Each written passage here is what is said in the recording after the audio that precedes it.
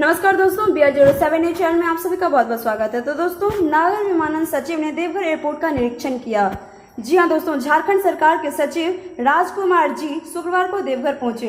निर्माणाधीन देवघर एयरपोर्ट पर उपायुक्त, अनुमंडल पदाधिकारी व वरीय अधिकारियों ने बुके देकर उनका स्वागत किया। सचिव एयरपोर्ट परिसर में पूर्ण हो चुके और वर्तमान में चल रहे कार्यों का निरीक्षण कर वास्तु स्थिति से अवगत हुए।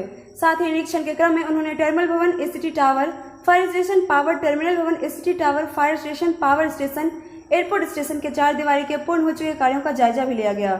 इसके अलावा हवाई अड्डा परिसर में बिजली, पानी, संचार सेवा, पुलिस पोस्ट, ड्रेनेज सिस्टम एवं अन्य सुविधाओं को लेकर एयरपोर्ट अथॉरिटी के अधिकारियों को आवश्यक व उचित दिशा निर्देश भी दिया। साथ ही पर्यटन को बढ़ावा देने के दृष्टिकोण से उन्होंने संबंधित अधिकारियों को निर्देशित किया कि एयरपोर्ट का प्रारूप बाबा मंदिर, पारसनाथ मंदिर, बासुकीनाथ मंदिर के अलावा अन्य पर्यटन स्थलों को ध्यान में रखते हुए तैयार किया जाए। इसके अलावा निरीक्षण के क्रम में उन्होंने एयरपोर्ट परिसर के आसपास रह रहे ग्रामीणों को लेकर संबंधित अधिकारियों को निर्देशित किया कि ग्रामीणों को समस्या का सामना न करना पड़े, इसका विशेष रूप से ध्यान रखा जाए।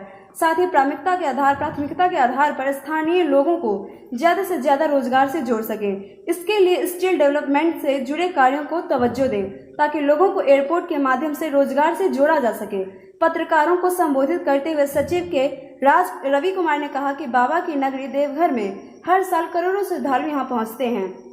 पर्यटन और अध्यात्म के दृष्टिकोण से ये जो स्थान है वो काफी महत्वपूर्ण है। अभी तक यहाँ आने के लिए रेल मार्ग और सड़क मार्ग ही एकमात्र विकल्प हुआ करता था। कोरोना के कारण कार्य में थोड़ा विलंब हो चुका है, लेकिन जल्द ही हवाई सेवाएं शुरू हो जाएंगी।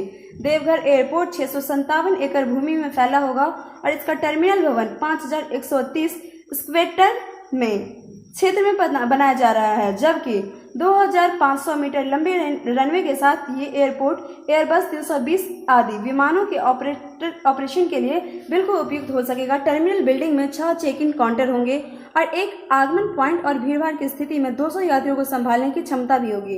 एयरपोर्ट का डिजाइन पर्यावरण के अनुकूल और अत्याधुनिक यात्री सुविधाओं से लैस होगा। टर्मिनल बिल्डिंग का डिजाइन बाबा बैद्यनाथ मंदिर के शिखर से प्रेरित होगा। वहीं एयरपोर्ट के अंदर स्थानीय आदिवासी कला, हस्तलिपि और स्थानीय पर्यटन स्थलों की तस्वीरें दिखाई जाएंगी, जो इस क्षेत्र की संस्कृति को दर्शाती है। साथ ही आपको हमारे यह जानकारी कैसा लगा कमेंट करके जरूर बताएं और इसी तरह की जानकारी के लिए आप हमारे चैनल के साथ बने रहें और इसीलिए उसे लाइक सब्सक्राइब जरूर करें और बेल आइकन जरूर प्रेस करें। शुक्रिया दोस्तों, तब तक के लिए आप घर पे रहिए, सुरक्षित रहिए, स्वस्थ रहिए।